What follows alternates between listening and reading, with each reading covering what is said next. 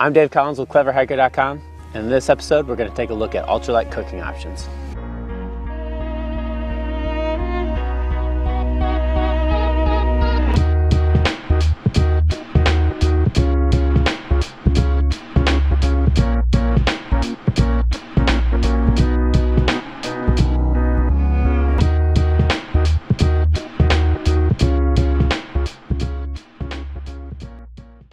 Having a nice warm meal on the trail after a long day of hiking can be one of the best parts of your day.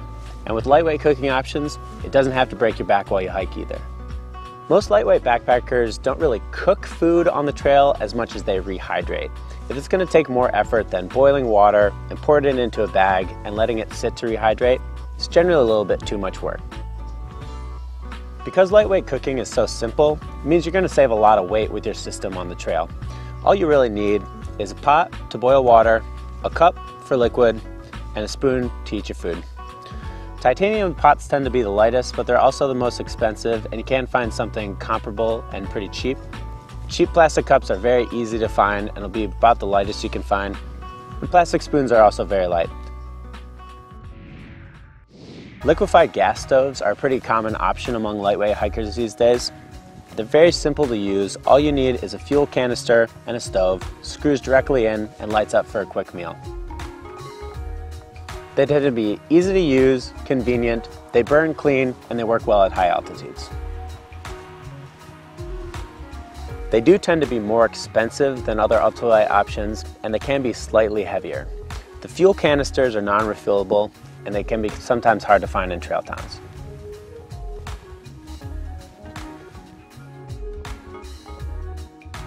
Alcohol stoves are among the lightest options out there, and for that reason, they're very common among thru hikers and ultralighters. All you have to do is pour denatured alcohol into your stove, light it up, and let it burn. Because they're made of tin or aluminum, they can often weigh under an ounce.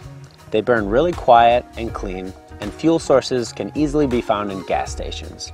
They tend to be really cost effective. You can make them at home yourself or buy them online very cheap.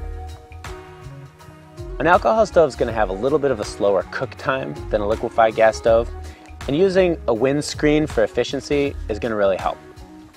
They also are a little bit touchy in cold weather scenarios, so having a primer plate will help to light them up easier.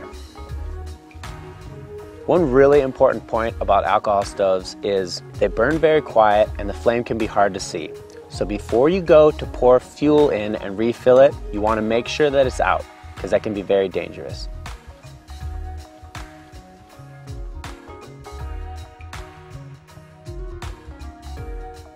Another option that's becoming popular among lightweight backpackers is a wood stove. A wood stove works by creating an efficient system that you can put small sticks into to build up your fire, and it's going to work a lot better than cooking over an open flame.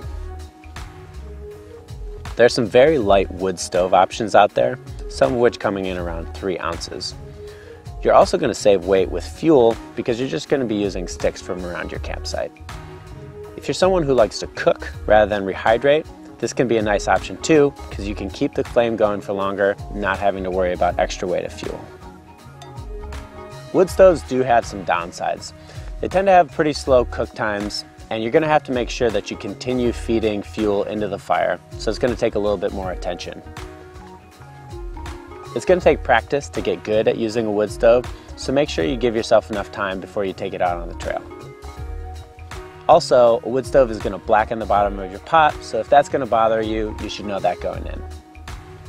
Another really important point of wood stoves is if you're in really wet conditions, it can be very hard to find wood and can be much more difficult to make your meal.